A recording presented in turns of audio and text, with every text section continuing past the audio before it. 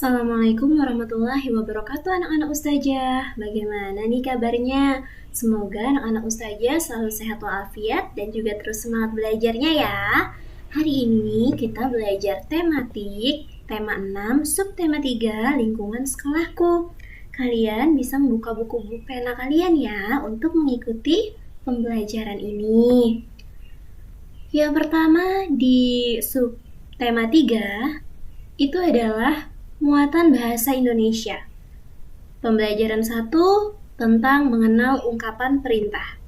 Perhatikan baik-baik percakapan antara Mei dan Fitri ini ya. Kata Fitri, "Mei, tolong bantu membuang sampah ya." Terus Fitri menjawab, "Baiklah Fitri, mari aku bantu agar cepat selesai." Ungkapan perintah berisi permintaan seseorang untuk melakukan sesuatu. Nah, dari percakapan ini, siapa sih yang mengucapkan kalimat perintah atau ungkapan perintah? Ya, yang mengucapkannya adalah Fitri. Kata Fitri, "Mei, tolong bantu membuang sampah ya." Ungkapan perintah biasanya diakhiri dengan tanda seru. Tandanya seperti I terbalik. Contoh lainnya itu adalah tolong ambilkan sapu itu. Atau tutuplah semua tempat sampah. Lihat semuanya ada tanda seru seperti I terbalik kan? Itu adalah salah satu ciri bahwa kalimat atau ungkapannya adalah ungkapan perintah. Selanjutnya kita masuk ke pembelajaran 1, muatan PPKN, menjelaskan bunyi dan lambang sila ketiga Pancasila. Ayo anak-anak Ustazah, masih ingat nggak bunyi dari sila ketiga Pancasila? Bunyinya adalah Persatuan Indonesia. Simbol sila ketiga Pancasila adalah 1 bintang, 2 rantai, 3 pohon beringin. Ya, simbol sila ketiga Pancasila adalah pohon beringin. Sila ketiga Pancasila mempunyai makna atau arti bahwa kita harus bersatu dan bekerja sama karena kita adalah satu, yaitu Indonesia. Kerjasama membersihkan sekolah itu merupakan salah satu sikap yang sesuai sila ketiga Pancasila. Jadi, kalau anak-anak Ustazah saling bekerja sama, membersihkan kelas, maka kalian telah mengikuti sila ketiga Pancasila. Selanjutnya, kita masuk ke muatan seni budaya dan prakarya ya. Kita akan belajar menjelaskan cara membuat karya seni dari bahan lunak. Apa sih itu bahan lunak contohnya Ustazah? Contoh dari bahan lunak itu adalah tanah liat. Tanah liat ini mudah dibentuk menjadi karya seni yang indah. Oleh karena itu, tanah liat seringkali dibuat menjadi karya seni. Contohnya dibuat menjadi apa Ustazah? Nah, tanah liat bisa dibuat menjadi topeng. Lalu bisa juga dibuat menjadi teko dan cangkir. Dan juga bisa dibuat menjadi vas bunga. Cantik-cantik sekali kan ini hasilnya? Terus bagaimana Ustazah kalau saya ingin membuat topeng dari tanah liat? Nah, caranya ada alat dan bahan yang harus kalian siapkan terlebih dahulu, yaitu tanah liat, air, cetakan berbentuk wajah, kuas, dan juga cat. Terus bagaimana caranya Ustazah? Caranya yang pertama, letakkan tanah liat ke dalam cetakan. Lalu, padatkan dan ratakan. Keluarkan tanah liat dari cetakan. Lakukanlah dengan hati-hati ya, agar hasilnya tidak rusak. Selanjutnya, jemur hasil cetakan di bawah terik matahari. Lalu, setelah kering, catlah dengan cat dan kuas. Keringkan hasil dari cat kalian tadi. Lalu topengmu sudah jadi. Kalian berniat tidak membuat topeng dari tanah liat? Ayo, kalau ada yang berminat, nanti bisa kasih tahu Ustazah ya. Selanjutnya kita masuk ke pembelajaran 2, muatan bahasa Indonesia. Menggunakan ungkapan perintah dalam percakapan. Apa sih itu percakapan? Percakapan itu adalah obrolan. Perhatikan percakapan berikut. Kata Pak Guru, "Anak-anak, kita bersihkan halaman ya." Terus kata anak-anak dengan semangat, "Baik, Pak." Nah, ingatlah ungkapan perintah adalah ungkapan yang bertujuan agar orang lain melakukan sesuatu. Kita masuk ke pembelajaran 3, muatan PPKN. Menjelaskan makna simbol sila ketiga Pancasila. Apa sih arti dari simbol sila ketiga Pancasila? Simbol dari sila ketiga Pancasila itu adalah pohon beringin. Lihat, ini adalah gambar dari pohon beringin. Pohon beringin memiliki daun kecil dan juga akar kokoh yang menggantung. Daun pohon beringin bersatu menyerupai bentuk atap rumah. Lihatlah gambarnya, seperti bentuk atap rumah kan? Pohon beringin biasanya digunakan untuk berteduh. Pohon beringin menjadi simbol persatuan. Selanjutnya, kita masuk lagi ke muatan bahasa Indonesia, menanggapi ungkapan perintah dalam percakapan. Anak-anak ustazah, diingat ya, ingatlah baik-baik, ungkapan perintah itu biasanya diakhiri dengan kata atau tanda seru, seperti i terbalik.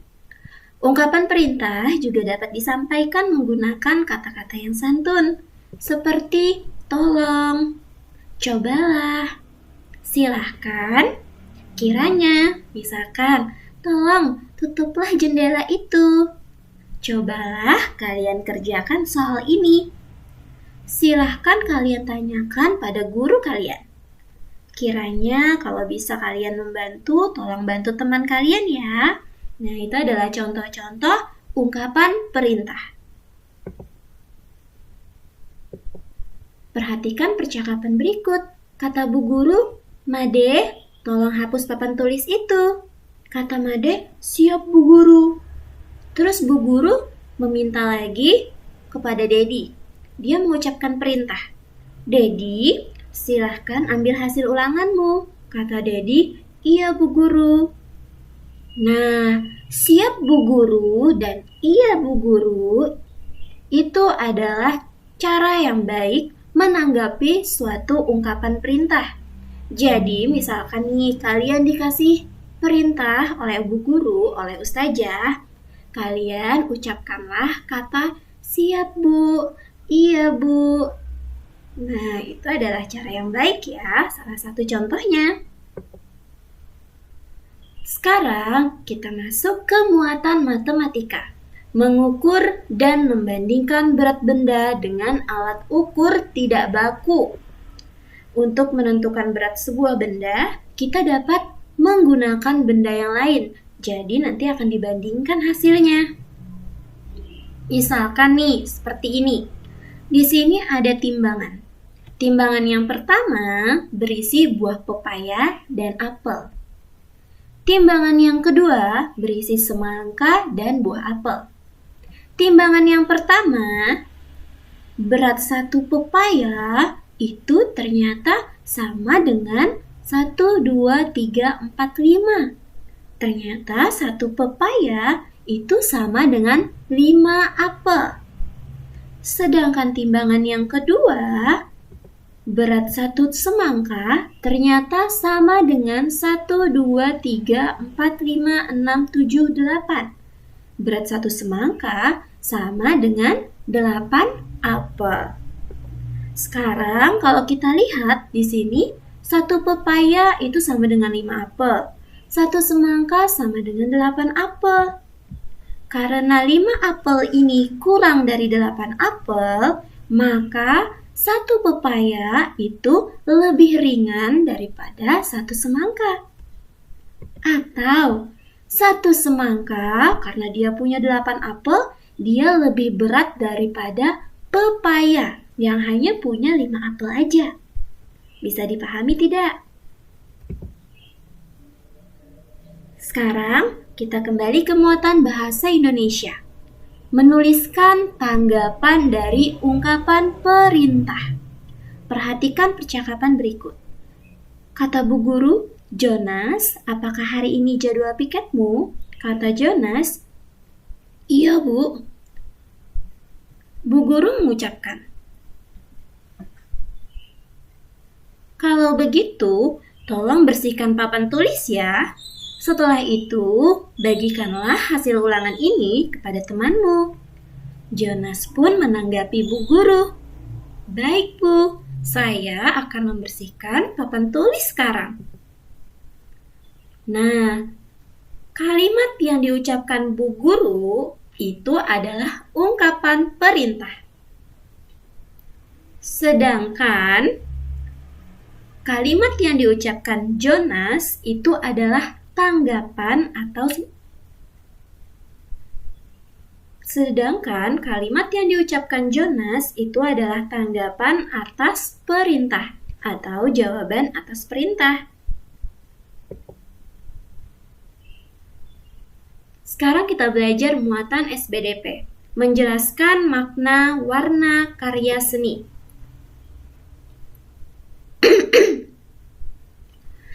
Anak-anak ustazah, topeng dapat menggambarkan sifat manusia loh. Ada topeng yang terlihat lucu, pemberani, menyeramkan, dan juga ramah. Untuk menggambarkan sifat-sifat tersebut, biasanya digunakan warna-warna tertentu pada topeng. Misalkan topeng ini. Topeng berwarna merah menggambarkan sifat yang berani. Topeng berwarna putih menggambarkan tokoh kesatria yang suci. Topeng berwarna hitam menggambarkan tokoh yang bijaksana. Jadi, setiap warna pada topeng itu memiliki arti yang berbeda-beda.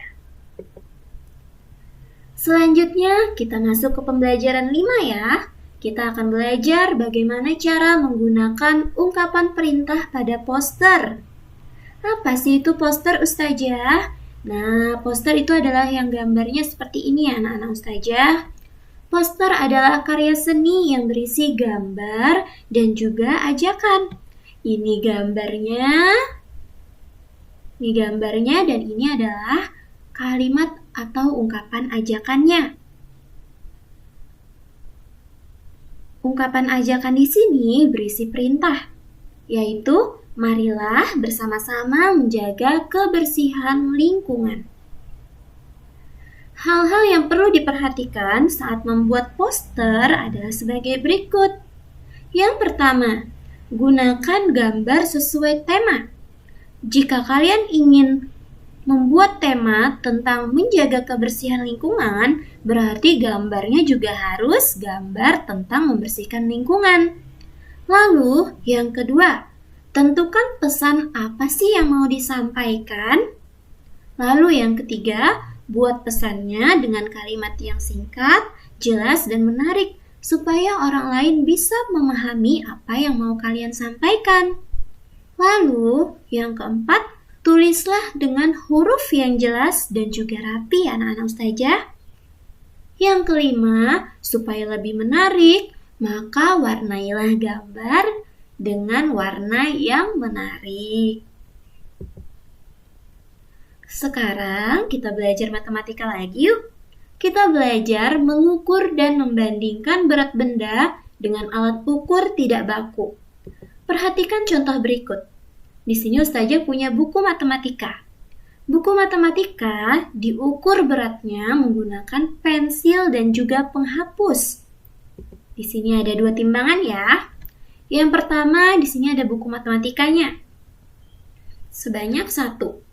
Lalu di sebelahnya ada 10 pensil.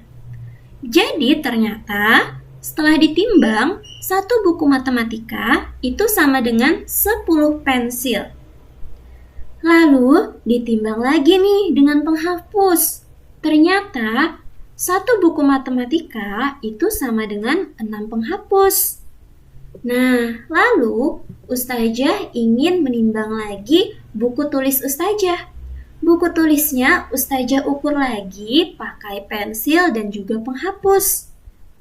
Dengan timbangan yang sama ya. Ternyata berat satu buku itu sama dengan 8 pensil. Dan berat satu buku tulis itu sama dengan 4 penghapus. Di sini Ustazah dapat data. Pertama, berat satu buku matematika ternyata itu sama dengan 10 pensil. Dan berat satu buku tulis sama dengan 8 pensil. Kalau diukur pakai penghapus, satu buku matematika sama dengan 6 penghapus. Dan satu buku tulis itu sama dengan 4 penghapus. Nah, yang sama-sama bendanya itu dapat dibandingkan ya. Di sini kita kan ingin membandingkan buku matematika dan buku tulis. Siapa sih yang lebih berat dan siapa sih yang lebih ringan? Maka kita pakai benda yaitu pensil. Di sini bisa dilihat 10 itu lebih besar daripada 8 pensil. Maka buku matematika itu lebih berat daripada buku tulis. Lalu benda yang diukur menggunakan penghapus juga bisa dibandingkan. Di sini ternyata buku matematika itu ada 6 penghapus dan buku tulis ada 4 penghapus saja. Maka buku matematika karena 6 lebih besar daripada 4, maka buku matematikanya itu lebih berat daripada buku tulis. Buku matematika lebih berat daripada buku tulis, atau buku tulis lebih ringan daripada buku matematika.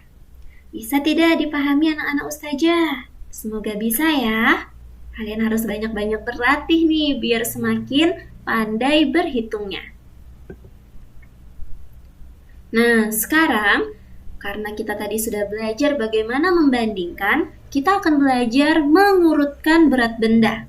Di sini Ustazah punya 3 timbangan. Yang pertama berisi tas dan bola kasti. Yang kedua berisi tempat pensil dan bola kasti. Yang ketiga berisi kamus dan bola kasti. Dari hasil pengukuran di atas, ternyata berat satu tas itu sama dengan 7 bola kasti. Dan berat satu tempat pensil sama dengan 1 bola kasti aja. Lalu yang terakhir, berat satu kamus itu sama dengan 3 bola kasti. Nah, kita sudah punya datanya nih. Ada 7 bola kasti, 1 bola kasti, dan 3 bola kasti. Dari sini kita tahu benda yang paling berat itu adalah tas. Karena dia ternyata beratnya sama seperti 7 bola kasti. Sedangkan benda yang paling ringan itu adalah tempat pensil. Karena beratnya hanya sama dengan seperti 1 bola kasti. Jika diurutkan, maka benda yang paling berat itu adalah tas, kamus, dan tempat pensil. 7, 3, 1. Dari yang angkanya paling besar dulu, baru yang semakin kecil, dan yang paling kecil. Semoga anak-anak Ustazah bisa memahaminya ya, yang muatan matematika ini. Nah, sekarang kita belajar muatan PPKN, menjelaskan sikap yang sesuai sila ketiga Pancasila. Anak-anak Ustazah, pohon beringin melambangkan bahwa rakyat bersatu di bawah naungan negara Indonesia. Oleh karena itu, kita sebagai bangsa Indonesia harus saling menghargai dan juga bekerja sama. Bagaimana caranya Ustazah? Contohnya yang pertama, berteman tanpa membedakan suku dan agama teman kalian. Bertemanlah dengan baik tanpa membeda-bedakan orang lain. Lalu yang kedua, kerja bakti membersihkan kelas dan lingkungan sekolah. Sekarang kita masuk ke pembelajaran 6 yang terakhir, yaitu muatan bahasa Indonesia tentang membuat percakapan menggunakan ungkapan perintah. Anak-anak ustazah harus kalian ingat ya, ciri-ciri ungkapan perintah. Yang pertama, ungkapan perintah biasanya diakhiri dengan tanda seru atau i terbalik. Coba lihat tandanya ini. Kalau ada tanda seperti ini di belakang kalimatnya, maka itu adalah ungkapan perintah. Lalu, ungkapan perintah itu dapat ditulis dengan akhiran lah. Dan juga ungkapan perintah juga dapat dimulai dengan kata tolong agar terdengar lebih santun. Contohnya, tolong tutuplah pintu itu. Tolong belajarlah dengan baik. Tolong perhatikan dengan baik penjelasan ustazah. Tolong setelah ini kalian ulang-ulanglah video agar lebih memahami apa yang ustazah jelaskan. Bagaimana anak-anak ustazah? Semoga kalian tetap semangat belajar ya tematiknya. Alhamdulillah, tema 6 subtema 3 sudah berakhir, sehingga berakhir juga penjelasan ustazah. Salah hilap mohon maaf, ustazah minta maaf atas segala kekurangan. Dan terima kasih telah menyimak dengan baik penjelasan ustazah. Ustazah akhiri, wassalamualaikum warahmatullahi wabarakatuh.